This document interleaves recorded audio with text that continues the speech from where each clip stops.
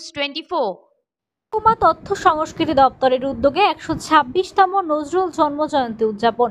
বিদ্রোহী কবি কাজী নজরুল ইসলামের জন্মদিবস উপলক্ষে কল্যাণী মহকুমা তথ্য সংস্কৃতি দপ্তরের পক্ষ থেকে বিভিন্ন সাংস্কৃতিক অনুষ্ঠানের মধ্য দিয়ে নজরুল জন্মজয়ন্তী উদযাপন করল। কল্যাণী বিশ্ববিদ্যালয়ের এপিজে আব্দুল কালাম অডিটোরিয়ামে অনুষ্ঠানটি অনুষ্ঠিত হয়। নজরুল ইসলামের প্রতিকৃতিতে ফুল দিয়ে শ্রদ্ধা নিবেদন করা হয়।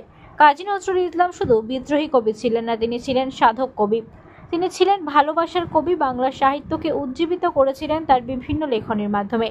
শ্যামা সঙ্গীত তার একটি বড় অবদান। সেই নজরুল ইসলামের জন্মজয়ন্তী উদযাপন করা হলো বিভিন্ন সাংস্কৃতিক অনুষ্ঠানের মধ্য দিয়ে। উপস্থিত ছিলেন কল্যাণী পৌরসভা আধিকারিক দীপেন্দু শেখর, উপমহকুমা শাসক সৌগত পাত্র, বিধানচন্দ্র মেমোরিয়াল স্কুল প্রধান শিক্ষিকা শম্পা নায়ার সাহা, কল্যাণী থানার আইসি দেবাশিস পান্ডা সহ বহু বিশিষ্টজনেরা।